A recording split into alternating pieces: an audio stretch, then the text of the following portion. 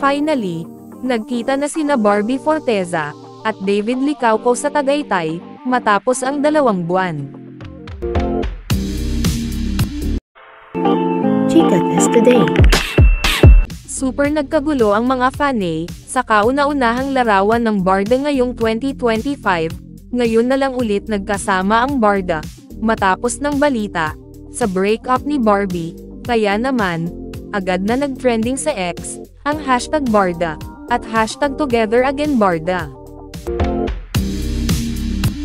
Hindi nag-date sina Barbie at David, gaya ng gustong mangyari ng ilang fanay, may TVC shoot sila, para sa bago nilang endorsement, na isang brand ng toothpaste. Sa Tagaytay ang shoot, at kahit walang ayuda mula sa dalawa, binigyan naman sila ng update, ng stylist nina David at Barbie. Nakakatuwa ang mga fanay, dahil kahit larawan pa lang ng stylist, at handlers ng dalawa, sobra na ang kilig at saya nila, at bago magtapos ang araw, nag-post ang mga kasama nina Barbie at David ng group photo, na kasama ang dalawa, kaya lalong kinilig ang fans. At mas lalong nagkagulo ang Barda fans, sa sobrang tuwa at kilig, na makita ang larawan nina Barbie at David, na sweet, na tila ba magjowa na. Mas lalo pang pinakilig ng Barda, ang kanilang mga tagahanga, nang mag-post ng video ang Sparkle, kung saan nagtanong sila sa isa't isa, kung crush ka ba ng crush mo. Hindi, ang naging sagot ni Barbie, samantalang, sana, ang say ni David, sabay tingin kay Barbie na nakangiti. Crush ko ba yung crush mo?